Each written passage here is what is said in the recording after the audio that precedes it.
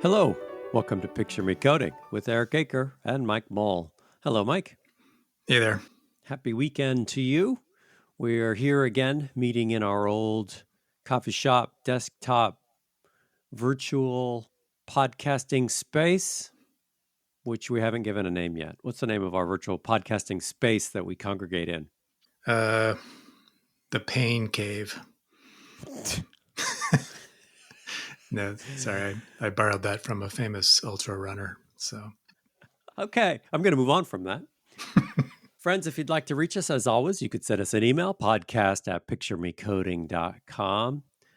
If you would like to support the show, we do have a Patreon, and that is also at Picture Me Coding. And finally, we do have a Blue Sky account, Picture Me Coding. So those are the ways in which you can reach out and get in touch with us. Mike, you've been listening to music this week. this week, actually, last couple of weeks, I've been listening to an album by a guy named Mark Hollis. I've never heard of him. I don't know if you remember several years ago, I sort of tricked you into listening to an album by the band Talk Talk. I know of the band Talk Talk, yeah. I think I tricked you into listening to Spirit of Eden. Talk Talk was a very popular band. Well, they weren't super popular, but they were a reasonably well-known band in the 80s. And in particular, they had an album called It's My Life, and a song of the same name. And pretty much everybody has heard this song because it's used in about every third commercial. So you have heard of Song of the Band. Anyway, the front man for that band was a guy named Mark Hollis. And did he die? Yeah, he passed away in, I think, 2019. Oh, okay. He was still relatively young, mid-60s, I think. But in the late 90s, after Talk Talk had kind of disbanded, he made this solo album, which was self-titled. So it's just called Mark Hollis. And it's kind of a follow-on to the last couple of Talk Talk albums, which were sort of trending into this slightly experimental post-rock genre. This one's like even Fugazi. A little mellower. Oh, okay, not Fugazi. This one in particular is almost sort of like experimental jazz or something. It's definitely kind of like a mood album. It's one of those things that's kind of good to listen to late at night with your headphones on, maybe after a little bit of scotch or something. Yeah, sort of atmospheric and moody. And there's a track on here in particular called The Daily Planet. I don't know why it's called that. Most of you probably know that's the name of the newspaper that Superman works at. But yeah, it starts off kind of like sounding like sort of like an experimental classical music track, and then it kind of floats into a jazz sort of track. And Mark Hollis has this very distinctive voice. I don't know that you will like this because I don't remember if you like the Talk albums. I don't remember if I liked the other one you told me about. So this may not be your thing, but so this is a non-recommendation. That's fun. It's a recommendation to all the cool people out there who are weird like me.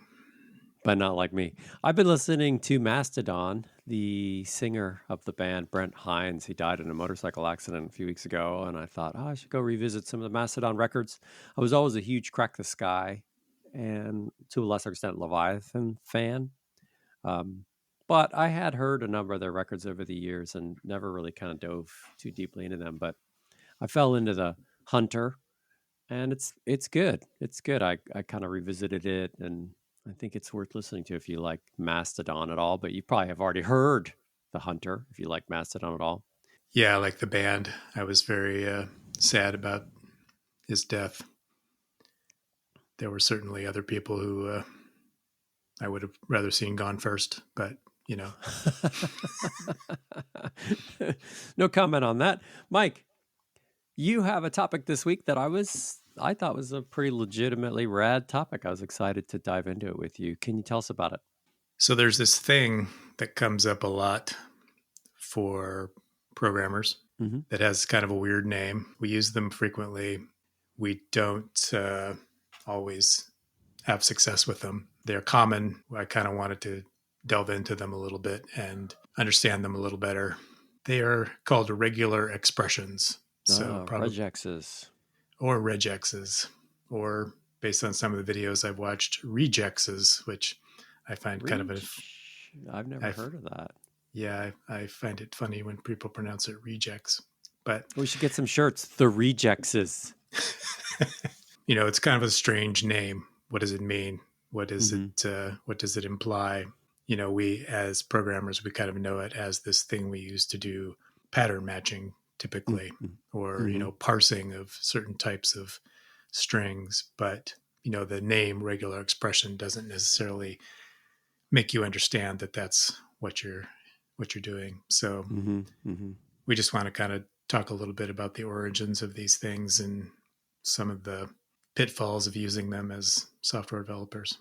Yeah, 20 plus years ago when I got way into Linux, I knew a guy who's a sysadmin and he was like, "Oh, wow, you should learn Perl." And he made me get the Larry Wall Perl book and then read the Larry Wall Perl newsletters, or his statements, his pronouncements. You got to love Larry Wall, get into Perl. And he also made me get the regexes book. I don't remember which one it was at the time. This would have been early 2000s. I don't remember the regexes book. And somehow I just really liked the regexes book, and I learned those really well. And the Perl didn't make any sense to me. I tried to read the book and do the stuff, and it didn't work. I just couldn't learn Perl. So I always assumed that if you wrote code or did system administration, you were just a whiz at regexes. I just assumed everybody knew regexes. Like you walk in the door, everybody in the room, that's just a tool that they have. And I remember I had a job about 10 years ago where I worked with someone who has a computer science PhD. That person had actually one of his teachers, one of his mentors was one of the people from RSA. Which one was it? This is it. I don't remember which of the RSA names it was. I think it might have been the S. And I remember we had this conversation where he said, "Oh, we have to solve this problem." I was like, "Oh, okay, no worries. We'll just use a regex."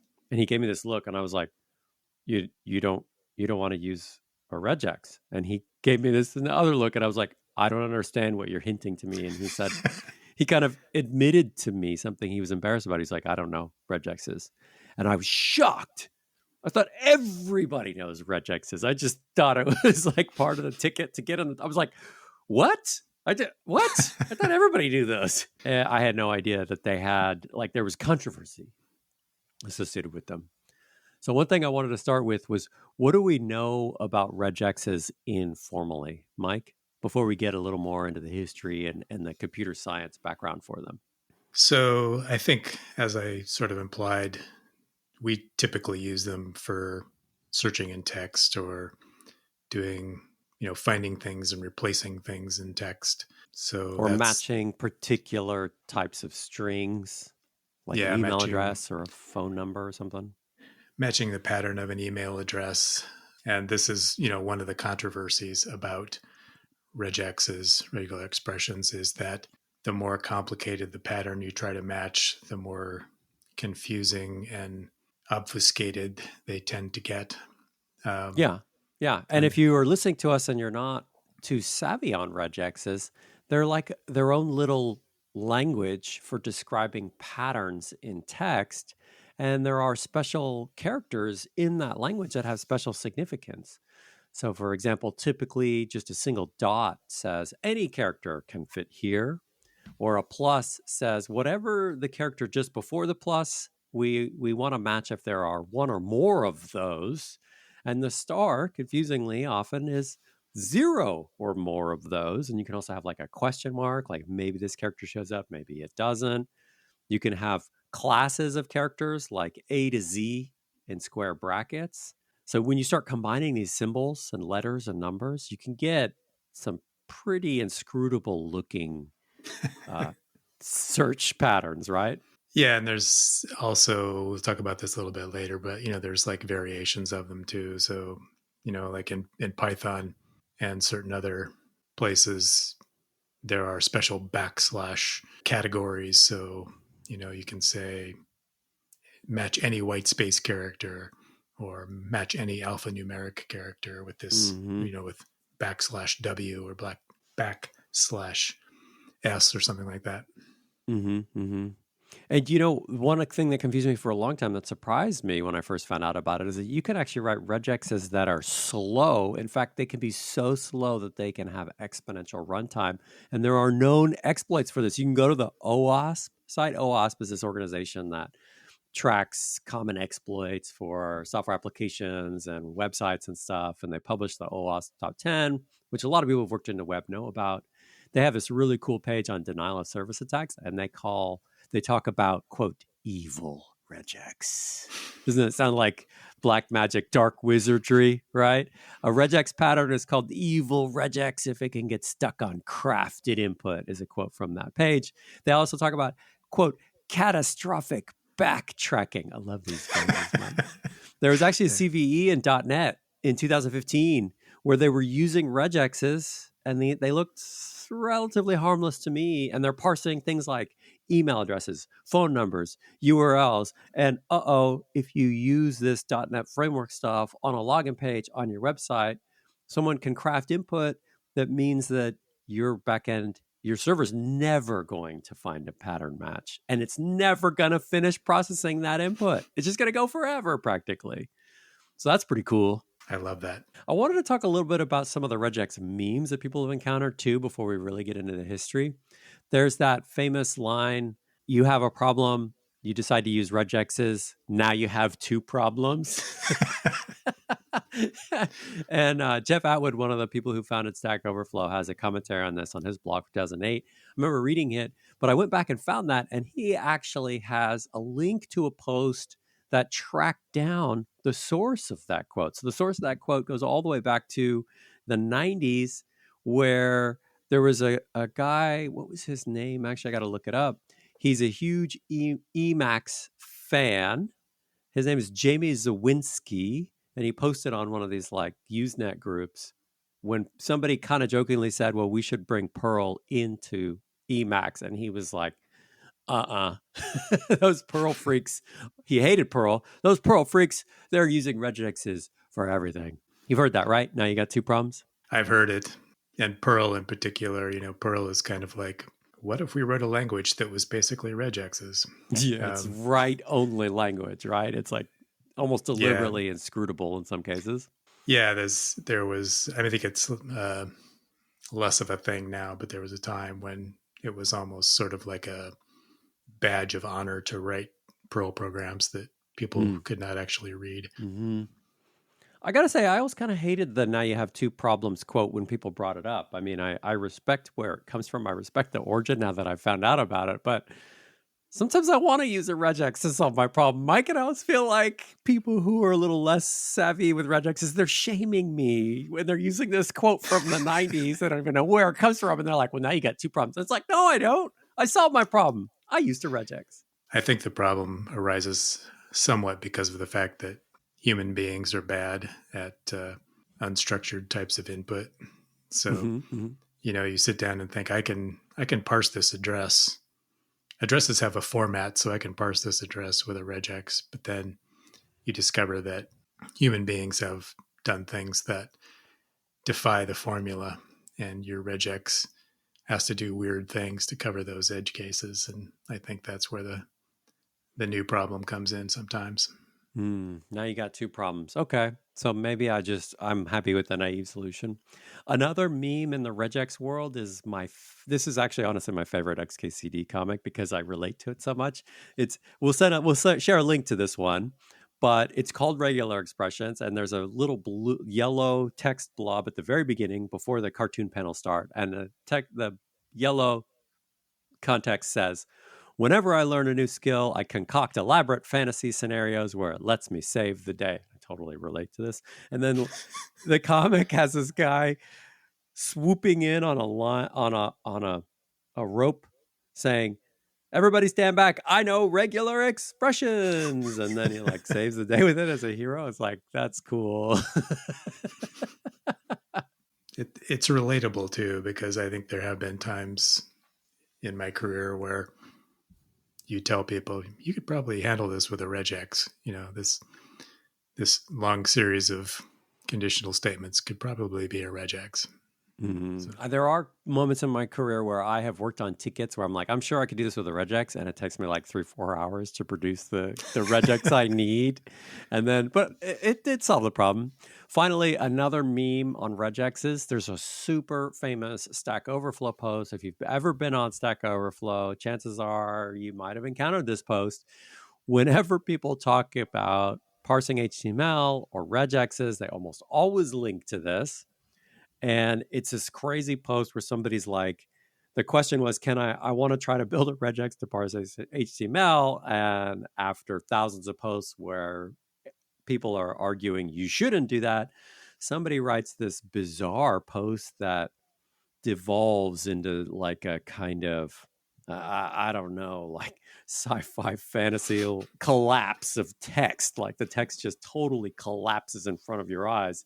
Here's a quote: HTML establishes a breach between this world and the dread realm of corrupt entities like SGML entities, but more corrupt. A mere glimpse of the world of regex parsers for HTML will instantly transport a programmer's consciousness into a world of ceaseless screaming. yep, regular expression fan fiction. They're pretty dangerous. It sounds like after all this. In fact, I got into this. I got into this on Stack Overflow a little bit, many years after this post, where somebody comes along, and I used to contribute a little bit on Stack Overflow. I do not, and it has been probably 10 years since I did. And somebody wrote, I'm just trying to learn regular expressions. And so I would like to try to parse this HTML page using regular expressions. Can you help me? And by the way, I'm just trying to learn regular expressions. And there were like 10 answers, which were like, don't use regexes to parse HTML. Haven't you seen the famous post? And I was like, I contributed an answer that was like, I don't see the harm. The person's just trying to learn regexes. Who gives a shit? And I was like, yeah, your regex is not going to work. You could try this one instead. What is wrong with supporting this person's learning journey? And I think there's that kind of like extreme groupthink that happens on Stack Overflow worse than other areas of the internet. But maybe that's a hot take from me. Okay, Yeah. that's probably enough memes. I was going to make a silly comment about that line from Hitchhiker's Guide to the Galaxy about how if you ever understand the universe, it will immediately be replaced by something more complex. But It's a good line. Okay, so let's talk about the origins of regular expressions. Let's move beyond what we know informally about them. Let's move beyond the memes. Let's transcend the negativity, Mike. Let's take this as an academic topic that is interesting purely on its own. And I'm going to tell you right now, I had no clue about the history of these things. The stuff you sent me this week blew my mind. Absolutely blew my mind. Tell me. are we in danger of Origins. breaching the world between the dread realm of corrupt entities? Yes, let us do that. Let's glimpse the world of regex parsers. Let us progress beyond the screaming. We'll push through the wall into the bizarre world of automata theory. This idea, at least the name, came up first in a 1951. It was actually a memo for the Rand Corporation, but essentially an Wait, academic. it's an 80-page memo. Okay, It's an 80 let's page call it what it memo, is. Yeah, 80-page memo. and it has the improbable sounding title Representation of Events in Nerve Nets and Finite Automata. Let's parse that. Let's parse that out a little bit. So, first of all, representation of events in nerve nets. That sounds both weird, but also kind of like somehow related to stuff that's in vogue in our time. Mm-hmm, mm-hmm.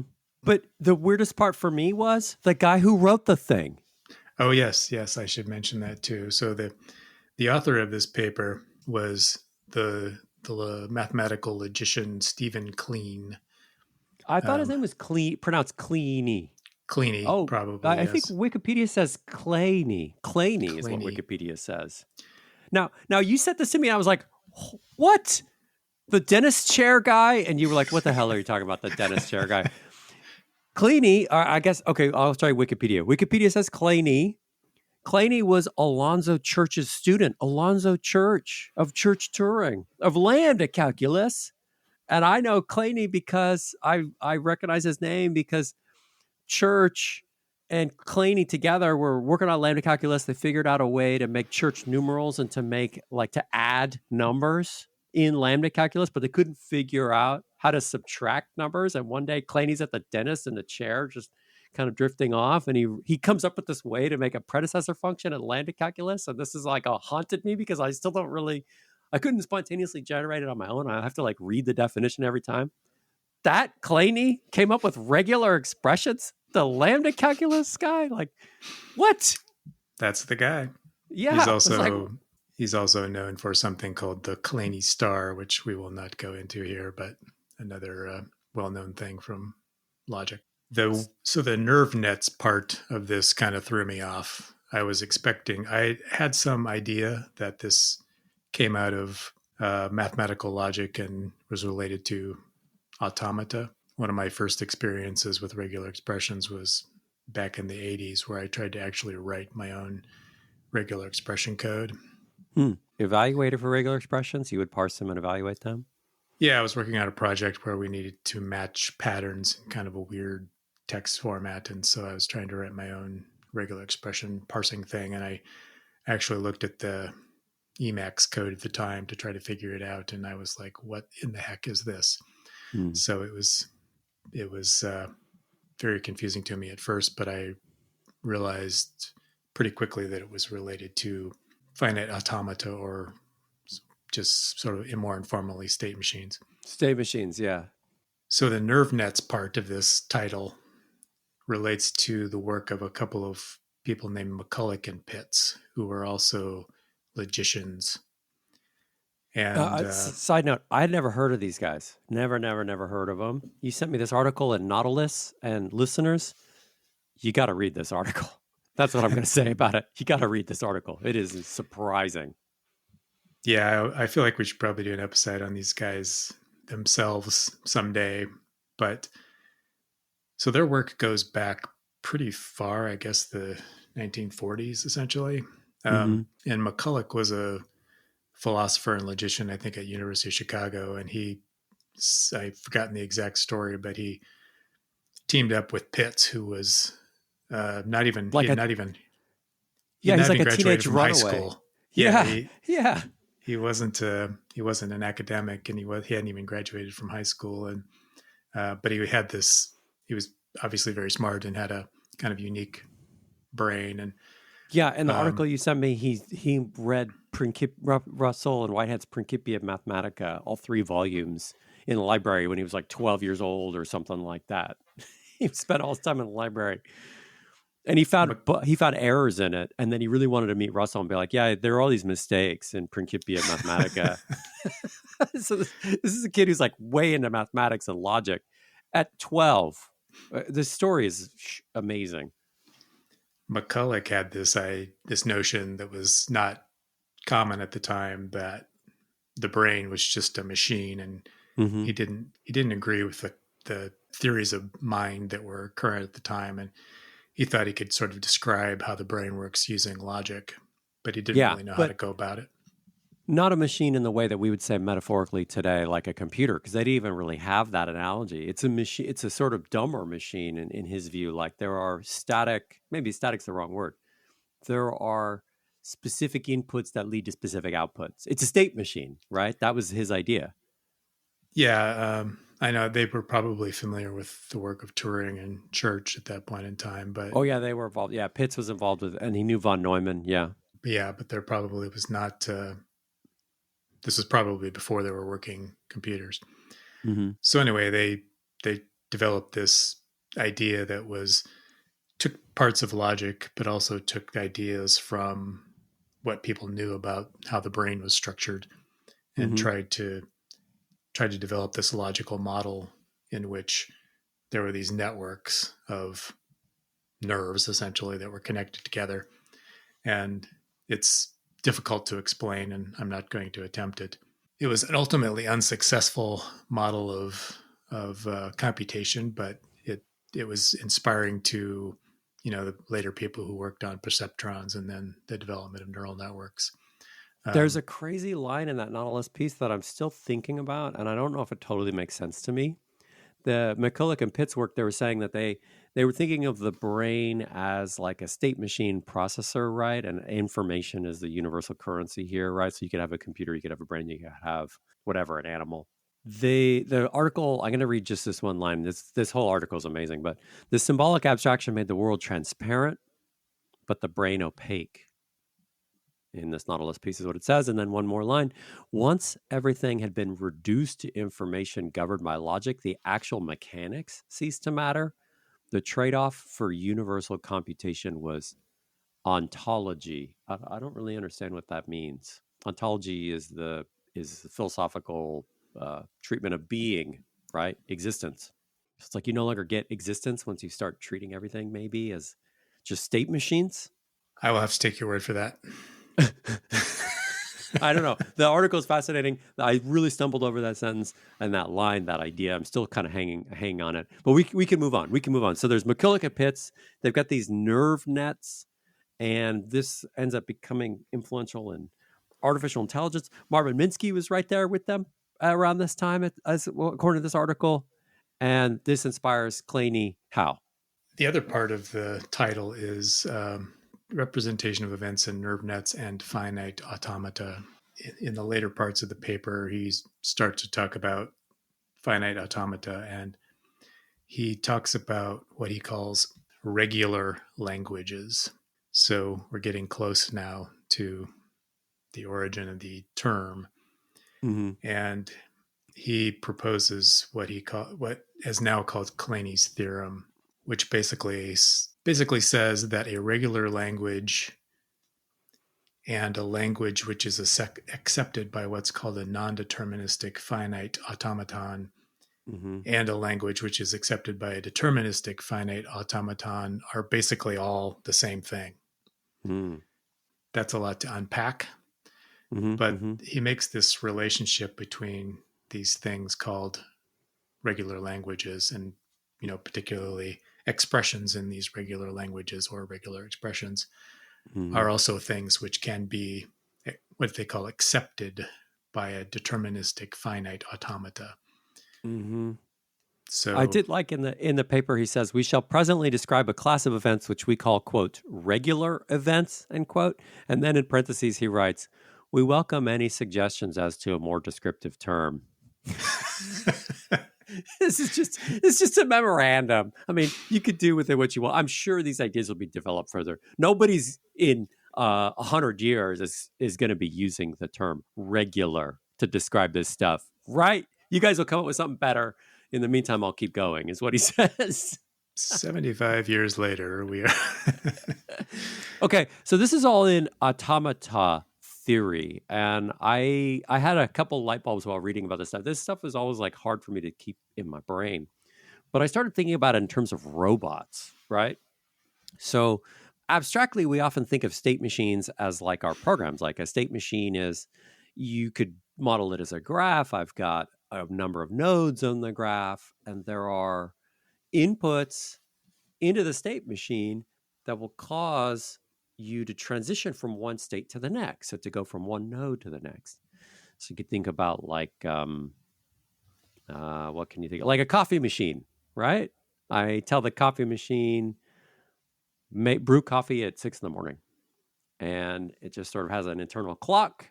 And once the state on that clock hits 6 in the morning, it fires its hot water thing and the hot water comes out and starts brewing coffee. I mean, that's kind of like a state machine, right? Is that a dumb analogy? I think that's a good analogy. I mean, that it's one of those things that comes up in like program interviews, model a Hmm. coffee machine or model an elevator or whatever. Or a Um, McDonald's milkshake machine, which fails all the time. okay. I've never gotten that one. But Okay, so there's a hierarchy of finite state machines, and or not a hierarchy. There's a hierarchy of automata and automata theory. So there's deterministic and non-deterministic, but then there's other things as well beyond that.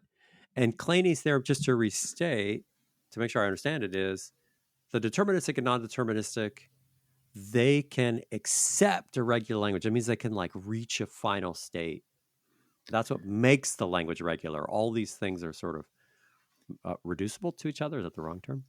that's pretty close. Yeah. So I think the key idea, which has kind of come out of this, and which is people will say today, is that a regular expression is an expression which can be mapped onto or accepted by a DFA, a deterministic finite automata. Mm-hmm. And basically, the way I think of that anyway is that you have this machine, you have this series of, say, characters in an alphabet, and Mm-hmm. you can present them to this state machine, and the succession of letters in that alphabet will cause transitions between states in that machine. Yeah. And if that machine goes through the letters in that expression and eventually reaches the accepted state, then it is a automata which represents that regular expression. And Yeah. in the sense of like pattern matching in code, basically what that means is the pattern that you're looking for has found a match. Yeah. I mean, let's take an extremely trivial example. Let's say I write a regular expression and I'm just looking for the letters FISH. I want to see if the word fish appears in some corpus, some body of text, right? So the state machine has, is it an F or not an F, right? And it just Right. keeps parsing characters until it finds an F or until it gets to the end. If it gets to the end, no F found.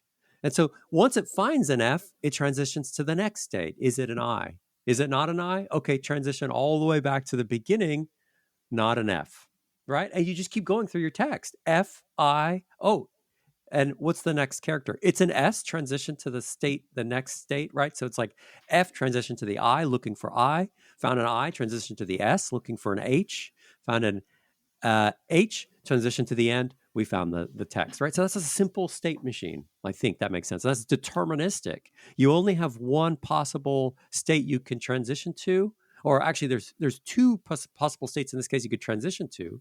You either find the next letter in the word, or you go back all the way to the beginning, which says we haven't found the pattern yet. That's determinism. Yes, and Clenny also shows that non-deterministic finite automata will also will accept regular languages. That's a little bit harder to explain, Yeah, but that's confusing to me because non-determinism means you've got multiple possible nodes you could jump to, right? Like if I say fish, but it's fish that you spell. What's the famous the quote? Was it George Bernard Shaw who was like, "Yeah, English is such a weird language. You could spell fish GHOTI because you take the yeah. GH from rough and the O from women and the TI from automation, and you can spell fish with it. So if I have FISH or GHOTI, it's like the I has two possible directions you can go in. Am I explaining that right? Or that's a horrible example, probably. Well, I think the key thing with non-deterministic finite automata is if you're in a particular state and a you get a signal that says to transition to a new state, you can choose different states with a certain probability. Yeah. So instead of going to a predetermined state every time, you might choose one of a number of states based on some distribution of probabilities. But even if you didn't, but you don't have to use distribution of probabilities, right? You can also explore all the states. Is that not right? I mean, isn't that how regexes work when they're more NFA? I'm going to punt on that one. Oh, okay. So the confusing thing to me is with Claney, it's like, okay, I can see how you could use an NFA to to wait a minute. You could turn a DFA deterministic into a non-deterministic. I could see that. But it's also possible to turn a non-deterministic one, non-deterministic finite automaton, into a DFA. That's a little more confusing. How do you do that? And I thought the answer was you evaluate all the states, and when you find a single answer, that sequence of states is the DFA. Is that not right? Maybe I'm really saying stuff that's horribly confusing to listen to. I think that makes sense, but it's hard to picture. Yes.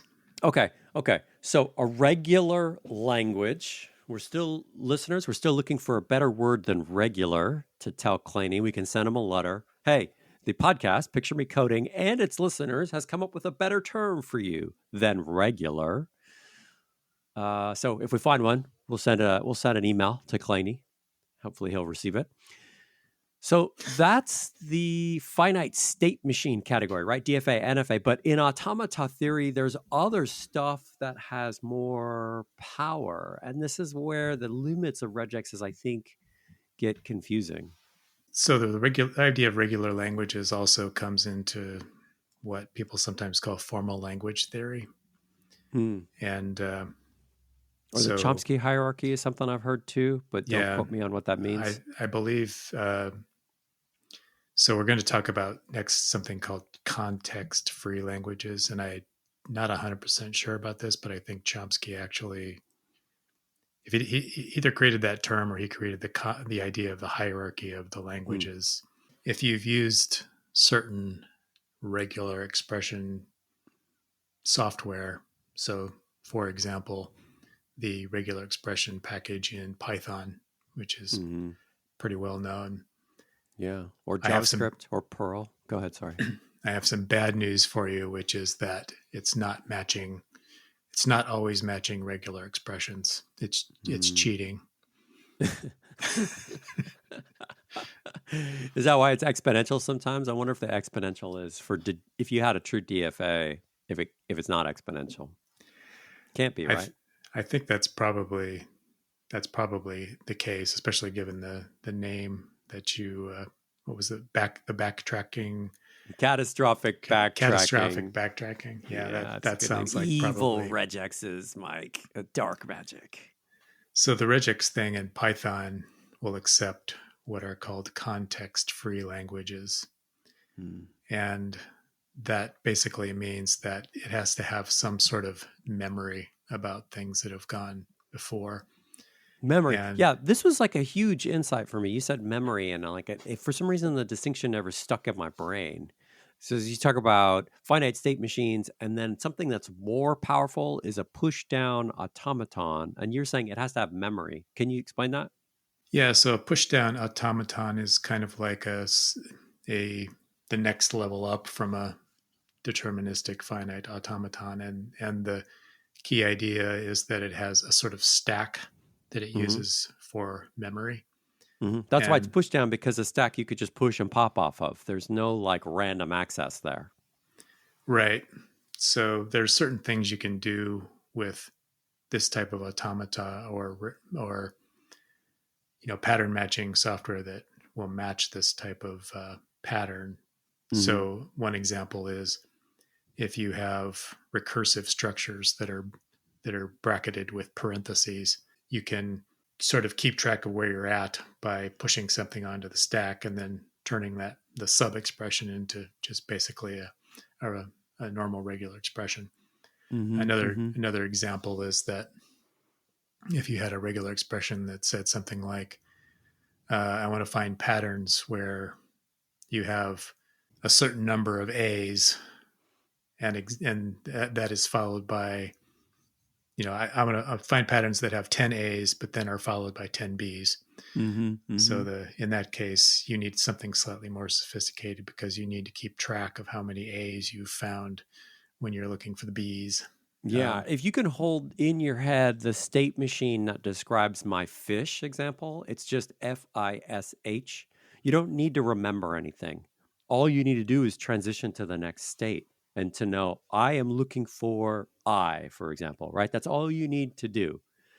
But some problems are more complex than that. You have to have something like a stack. And your parentheses example is very good. I need to know if I have a closing parenthesis for an opening parenthesis. I may see a lot of stuff in between, and I don't want to remember. I may need to know that my parentheses are balanced. Well, I may need to push, every time I see an opening, I push onto the stack. And every time I see a closing, I pop off of the stack. And I go through the whole thing that way. But I need the stack. That's a thing that requires memory. These are context-free languages.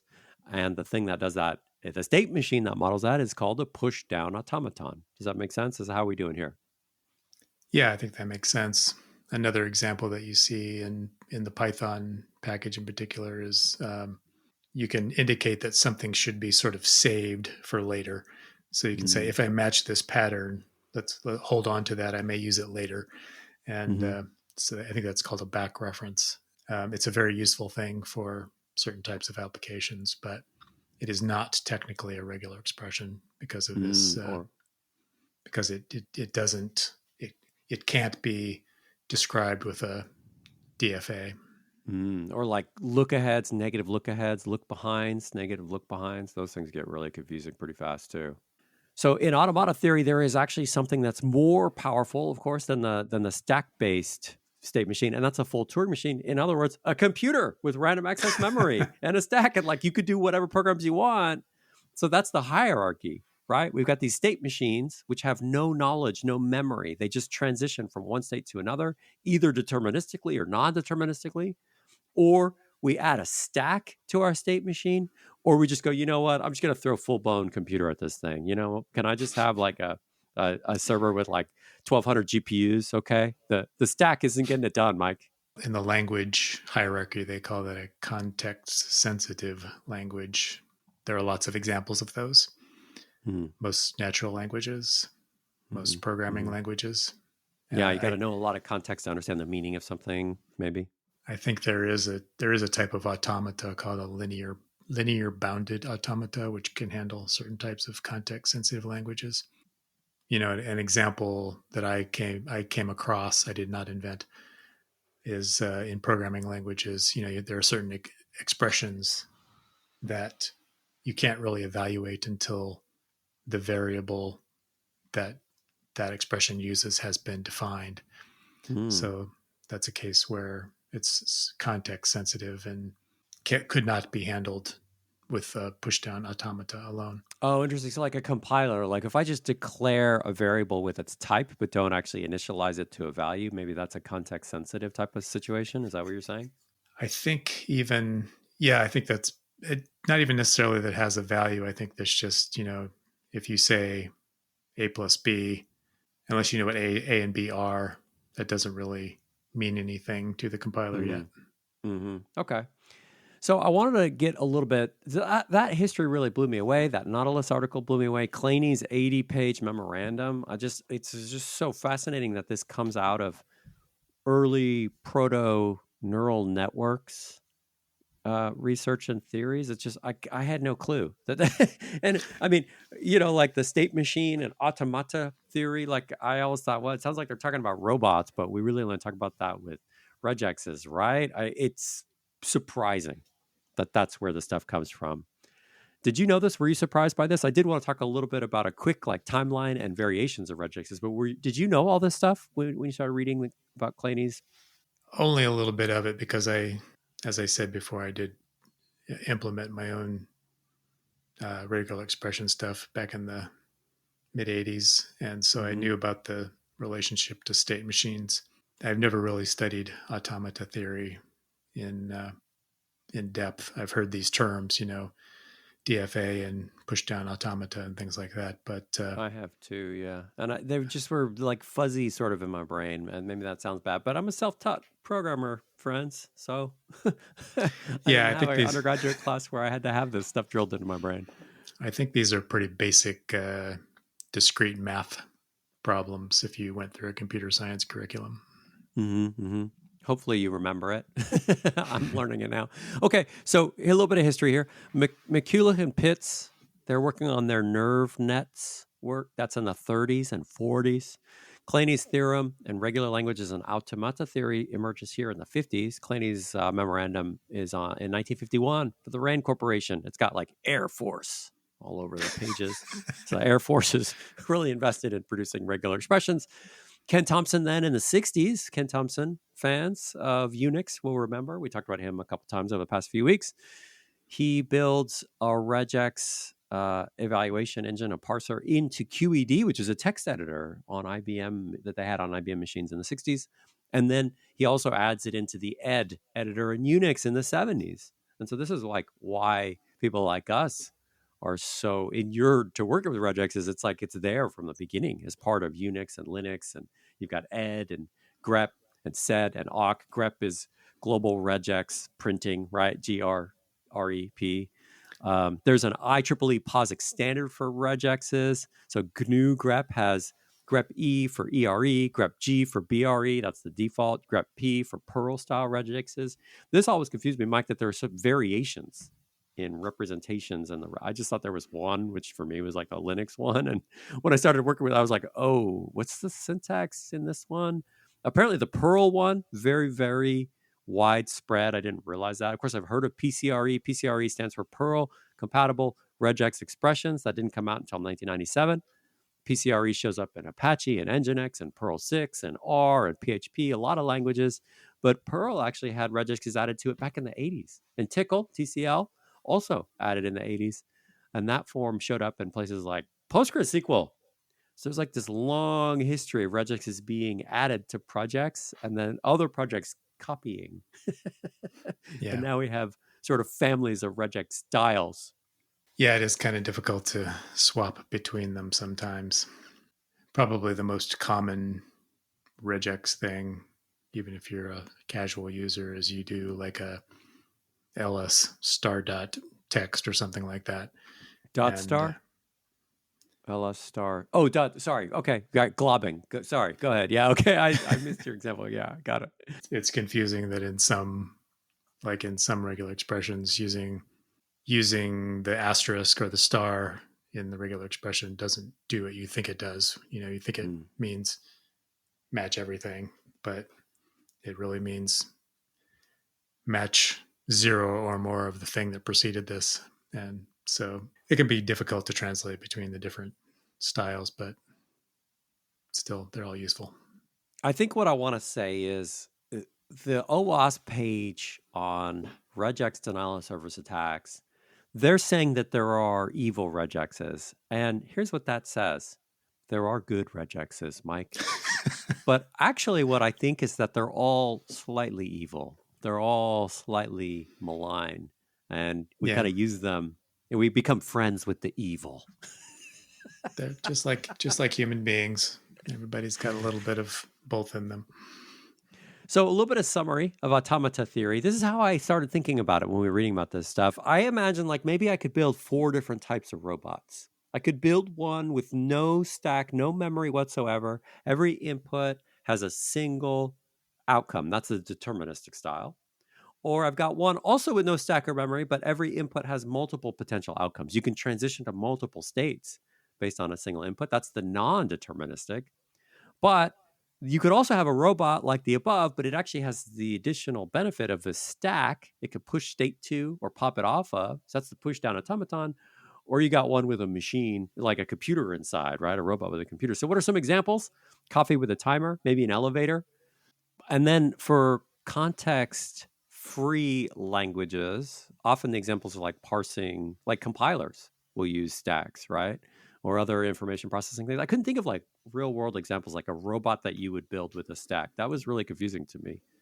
Like an actual robot. Like an actual physical robot.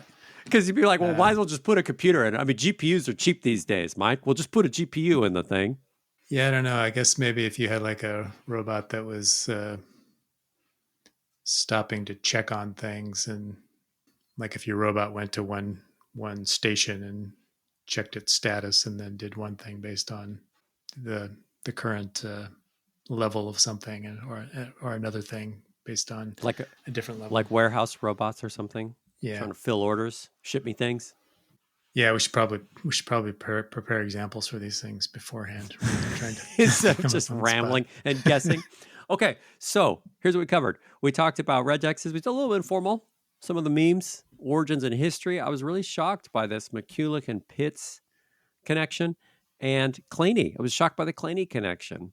A little bit of finite state machines, a little bit of push down automata, and then Do we have any examples of these? So, what do you think, Mike? Do I have two problems if I'm using a regex? I want to say no. I want to use them sometimes. They're not all evil. Some of them are my friends. My interpretation or my belief, I guess, is that they are on balance more useful than evil. Mm. Do you? Here's the question I really want to get to at the end here. Do you think you need to know all this history to be able to use them responsibly? I mean, how much of this? If I use a regex at work and somebody's like, I don't know regex because I never learned them. Do I? What do I say? Do I start lecturing them about the history? I don't understand. Like, what of this knowledge do you think we should be responsible for as programmers? I think that's the question I want to ask. I think it helps to know. I don't necessarily think you need to know that. This goes back to the 1950s, and I don't think you need to necessarily know that about McCulloch Pitts or Claney, but I think it does help to know, helps me at least to know that regular expressions can be thought of in terms of state machines. Certain types of things, like the things that are not quite regular expressions, like back references and nested structures, it helps to know that there are these potential situations where those things could kind of get away from you, like in the evil regexes that OWASP describes. Mm. Um, So it helps to know that there are evil ones lurking in the well, woods. and how they could be evil. So I careered us right into the end here, sort of like drove that train right off the cliff. I think one of the problems that comes up with regular expressions and why they sometimes tend to be frowned upon is that people try to match them to things that are not consistent. If you understand that there's this connection between regular expressions and certain types of automata, then I think it helps to realize that it's going to be difficult to map that onto something that is not consistent in its format. I wonder if we should give Jeff Atwood the last say here, because that sounds similar to what he wrote in his blog post from 2008. He says the point that Jamie was trying to make when he said, now you have two problems, is not that, this is a quote from the blog, regular expressions are evil per se, but that overuse of regular expressions is evil. Jeff Atwood continues, I couldn't agree more. Regular expressions are like a particularly spicy hot sauce to be used in moderation and with restraint only when appropriate. Should you try to solve every problem you encounter with a regular expression? Well, no. Then you'd be writing Perl, and I'm not sure you need those kinds of headaches. If you drench your plate in hot sauce, you're going to be very, very sorry later. I really like hot sauce, That's the though. Atwood metaphor. So I do too. I do too. That's kind of like it's like, here's the hubris involved in writing code. I read that metaphor and I think, you know what?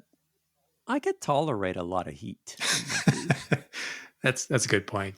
That people have vary quite a bit in their tolerance for spicy food. So Yeah, exactly.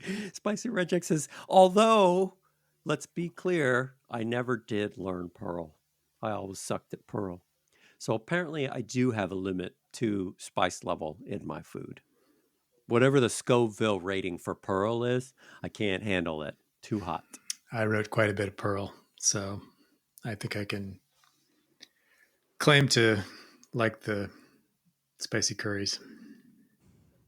So if we were doing like one of those spicy hot wings challenges, you would beat me. And your spicy regex tolerance level goes up to way more Scoville units than mine I does. definitely would have beat you 20 years ago. At this point in my life, You've mellowed in your old age, is at what you're this point in my saying. life, I might still beat you, but the next day I would very much regret it. Oh, okay. This is wow. We're really mixing metaphors, and I'm enjoying it. I think Yeah, yeah. You we've might beat me with your regexes, and then regret it the next day in the I think bathroom. we've opened up another breach here. Yeah, beyond the pale, Mike. All right, friends.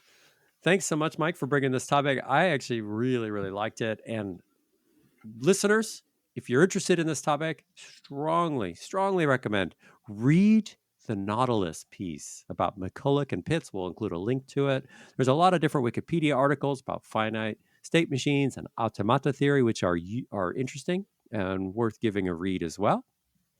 And as always, if you'd like to reach us, send us an email, podcast@picturemecoding.com. Although, if you are just emailing us because you want to have some guest come on our show, and then I would say, don't email us. Don't email us about some guest you represent to come on our show. We're not going to read those. We're not going to Unless you represent Linus Torvalds, in which case, feel free.